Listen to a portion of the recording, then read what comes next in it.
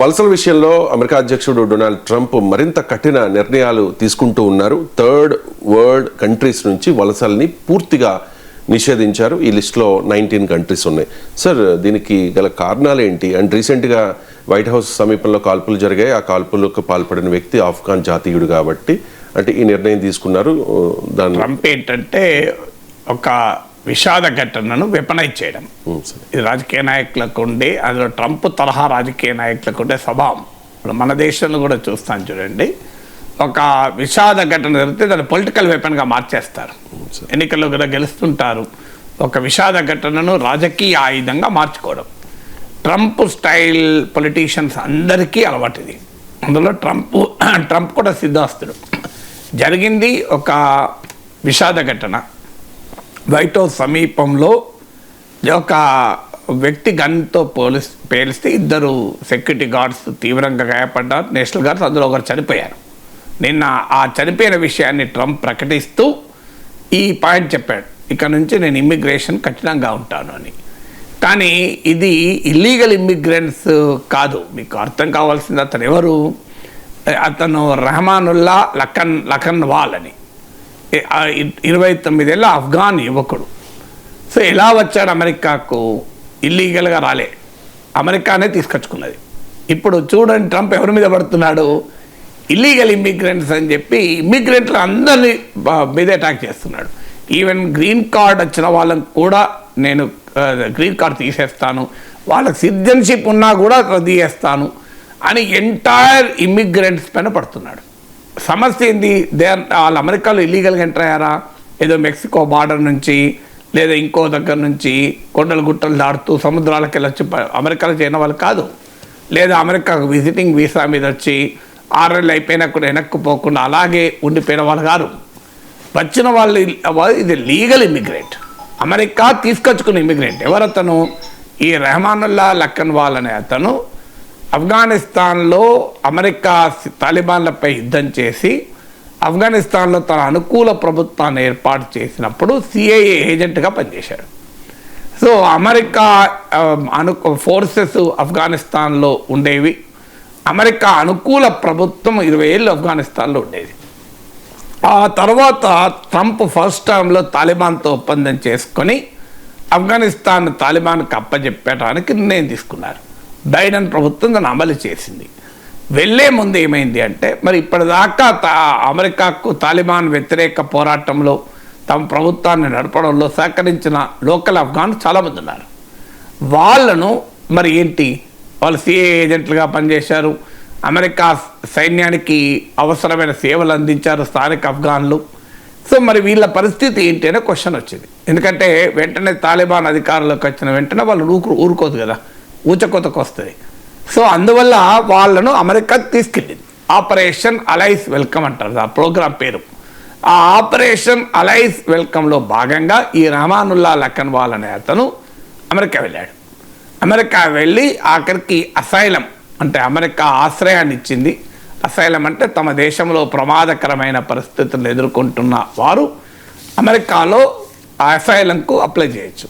అలా అసైలం ద్వారా ట్రంప్ అమెరికాకు వచ్చిన అతను. సో ఇతను ఇల్లీగల్ ఇమ్మిగ్రెంట్ ఎక్కడ అవుతాడు? అధికారికంగా అమెరికా ప్రభుత్వమే ఫాస్ట్గా ఆ టైంలో ఏంటంటే ఆఫ్ఘనిస్తాన్ నుంచి ఎవరైనా అసైలంకి అప్లై చేస్తే చాలా వేగంగా వాటిని ప్రాసెసింగ్ చేసి అప్రూవ్ చేయమని అమెరికా ప్రెసిడెంట్ ఆదేశాలు ఇచ్చారు. అంటే ఎక్కడికి వెళ్ళి ఎక్కడి సృష్టిది? అమెరికన్ వార్ ఇన్ ఆఫ్ఘనిస్తాన్ నుంచి వచ్చిన తను. అమెరికా జరిపినటువంటి యుద్ధం ప్రొడక్ట్ ఇతను. అమెరికా ఆఫ్ఘనిస్తాన్ పైన ఎందుకు యుద్ధం చేయాల్సి వచ్చింది? తాలిబాన్లు నాయకత్వంలో ఆఫ్ఘనిస్తాన్ కేంద్రంగా Osama bin Laden World trade centre పైన దాడికి కారణమయ్యాడు. వరల్డ్ ట్రేడ్ సెంటర్ పైన దాడికి కారణమైన ఒసామా బిన్ లాడెన్ ఎక్కడికి వెళ్ళి పుట్టాడు? అమెరికా పాకిస్తాన్లో అక్రమ సంతానం. సో అమెరికా, సౌదీ అరేబియా, పాకిస్తాన్లు కలిసి ఆఫ్ఘనిస్తాన్లో సోవియట్ అనుకూల ప్రభుత్వం ఉన్న రోజుల్లో ముజాహిదీన్లను, తిరుగుబాటుదారులను ప్రోత్సహించి వాళ్ళకి ఆయుధాలు ఇచ్చి, శిక్షణ ఇచ్చి, డబ్బులు ఇస్తే ఆ రావణ కాస్ట్ నుంచి పుట్టినవాడు ఒసామా బిన్ లాడెన్. చూడండి, బిన్ లాడెన్ అమెరికా విధానాలే పుట్టించాయి. వరల్డ్ ట్రేడ్ సెంటర్ పైన దాడులకు బిన్ లాడెన్ కారణమయ్యాడు. ఆ దాడుల్ని చూపి అమెరికా ఆఫ్ఘనిస్తాన్పై యుద్ధం చేసింది. యుద్ధం చేసి తాలిబాన్ను ఓడించింది. ఆఫ్ఘనిస్తాన్లో తమ అనుకూల ప్రభుత్వాన్ని ఏర్పాటు చేసింది. వేల బలగాలను అక్కడ పెట్టింది. అప్పుడు స్థానిక ఆఫ్ఘన్లను తమకు అవసరాలకు ఉపయోగించుకున్నారు. వాళ్ళని ఏజెంట్లుగా, సిఐ ఏజెంట్లుగా యాంటీ తాలిబాన్ ఆపరేషన్లో. మళ్ళీ అదే తాలిబాన్కి అధికారం అప్పచెప్పి రిటర్న్ అయ్యారు. రిటర్న్ వచ్చినప్పుడు వాళ్ళను అమెరికాకు తీసుకొచ్చుకొని ఇప్పుడు మళ్ళీ అందులో ఒకడు మళ్ళీ తుపాకీ పేలిస్తే దాన్ని మళ్ళీ ఆయుధంగా వాడుకొని మళ్ళీ ఆఫ్ఘనిస్తాన్ నుంచి వచ్చిన వాళ్ళందరినీ వెనక్కి పంపిస్తా, మళ్ళీ వాళ్ళకి తాలిబాన్లకు అప్పచెప్పేస్తా, తాలిబాన్లకు ఎరగా వేస్తా అని ట్రంప్ అంటున్నాడు. ఎంత అనెథికల్ ప్రాక్టీస్ చూడండి. అమెరికా సృష్టించిన బీభత్సం కాదా? ఇప్పుడు దీన్ని ఉపయోగించుకొని తన యాంటీ ఇమిగ్రేషన్ ఎజెండా.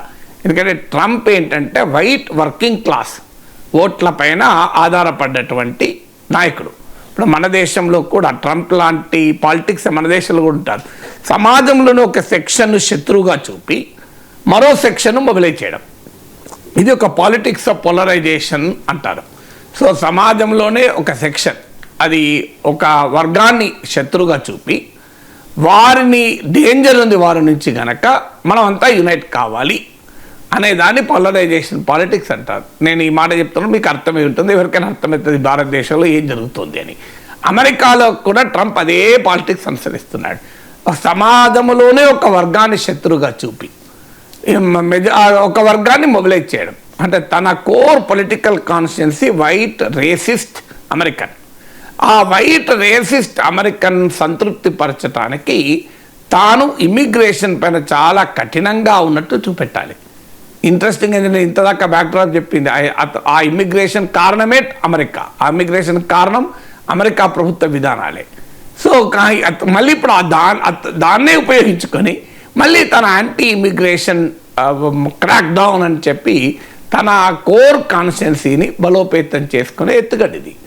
అలాగే రెండో పని ఏం చేస్తున్నాడు, మీకు ట్రంప్ ఎజెండా ఫెడరల్ ప్రభుత్వ బలాన్ని పెంచి రాష్ట్రాలను బలహీనపరచడం. ఇప్పుడు మన దేశంలో కూడా సరిగ్గా అదే జరుగుతుంది గమనిస్తే. సో అమెరికాలో మనకన్నా మించిన ఫెడరేషన్ అది, సమాఖ్య స్ఫూర్తి. మనదన్నా క్వాసీ ఫెడరల్ అర్ధ సమాఖ్య దేశము. అమెరికా ఇది ట్రూ ఫెడరల్ కాన్స్టిట్యూషన్. కానీ తన ఒక స్ట్రాంగ్ మ్యాన్ పాలిటిక్స్లో భాగంగా ఫెడరల్ ఫోర్సెస్ను ఇతర నగరాలకు పంపిస్తున్నాడు. ఇప్పుడు అందులో ముఖ్యంగా డెమోక్రటిక్ రూల్డ్ సిటీస్లోకి, లాస్ ఏంజల్స్లో కంట్రోల్ చేయలేకపోతున్నారని చెప్పి నేషనల్ గార్డ్స్ని దించుతానన్నాడు, ఫెడరల్ ఫోర్సెస్ను మోహరిస్తా అన్నాడు. న్యూయార్క్లో జోహన్ మమ్దాని గెలిస్తే నేను న్యూయార్క్కు ఫెడరల్ ఫోర్సెస్ పంపుతా అంటున్నాడు.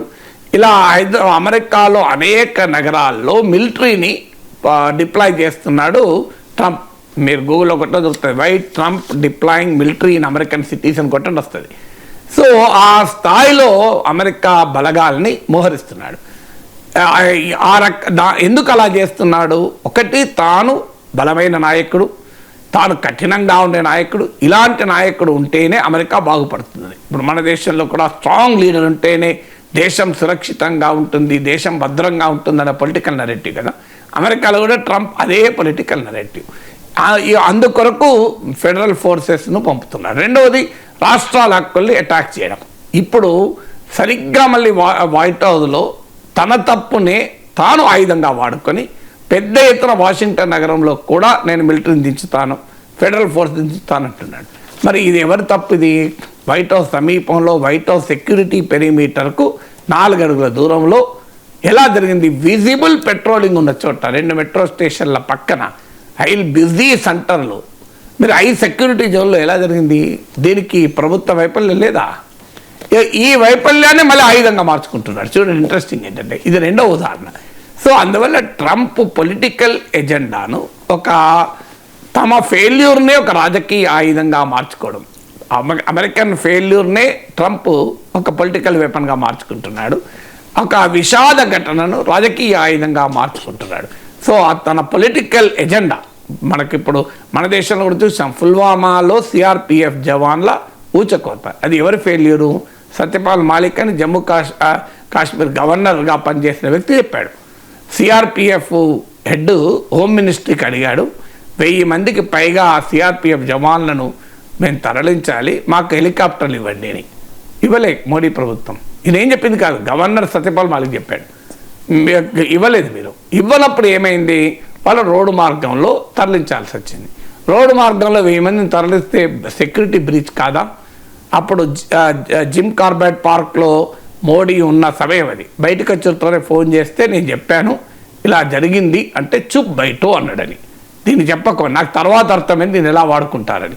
నేషనల్ సెక్యూరిటీ అడ్వైజర్ అదే చెప్పాడు, ప్రైమ్ మినిస్టర్ అదే చెప్పాడని సత్యపాల్ మాలిక్ బహిరంగంగా ఇంటర్వ్యూలో చెప్పాడు. కరణ్ తాపర్కి ఇచ్చిన ఇంటర్వ్యూలోను, ఇతర ఇంటర్వ్యూలోను మీకు అది యూట్యూబ్లో దొరుకుతుంది.